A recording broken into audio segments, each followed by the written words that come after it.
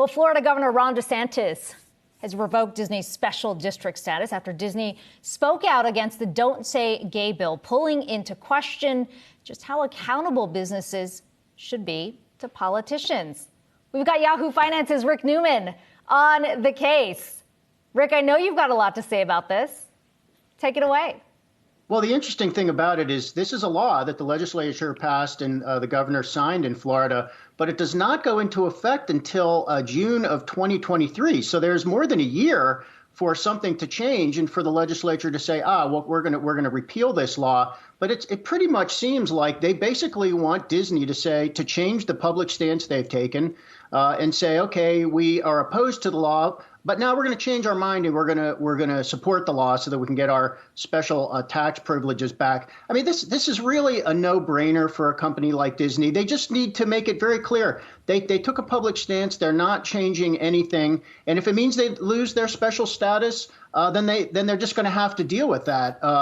I think there's some chance the Republicans could backtrack on this, because if Disney does lose this sort of special municipal status it has, it is going to cause a problem for the counties there that are going to have to take on a big administrative burden and costs they don't have right now because Disney handles it. So that could sort of backfire on Republicans. But I mean, look, any CEO of a public company these days has to be prepared for these political battles, because you've got consumers now on one hand will boycott companies if their policies seem objectionable or if they don't support the right law. But then you've got politicians at this point, mostly in Republican states, who are trying to rope companies into these political battles. So businesses just need to take a stand. They need to take what they think is the best stand for their customers, their employees, everybody else that they're answerable to, and tell the politicians, leave us alone. We're not participating in your culture wars or your social wars or whatever wars you're fighting. Rick, I have to wonder if this is a sign of things to come, with other states now considering a similar bill to what Florida has passed.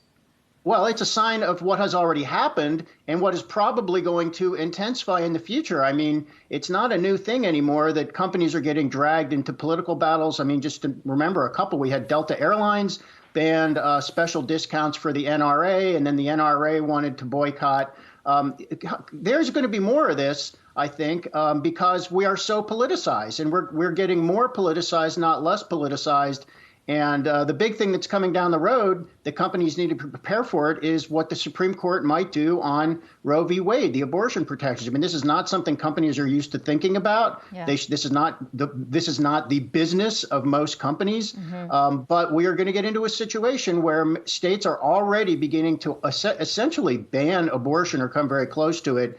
It's already become a big political battle, and companies are going to get drawn into it in the states where it's happening, because customers are going to say, you need to oppose this law, and the companies are just going to have to figure out how to take a stance that, I mean, there's going to be a cost somewhere. They have to do what's right for the people who they are accountable to, not the politicians. Certainly a sign of the times. Rick Newman, thanks so much for that.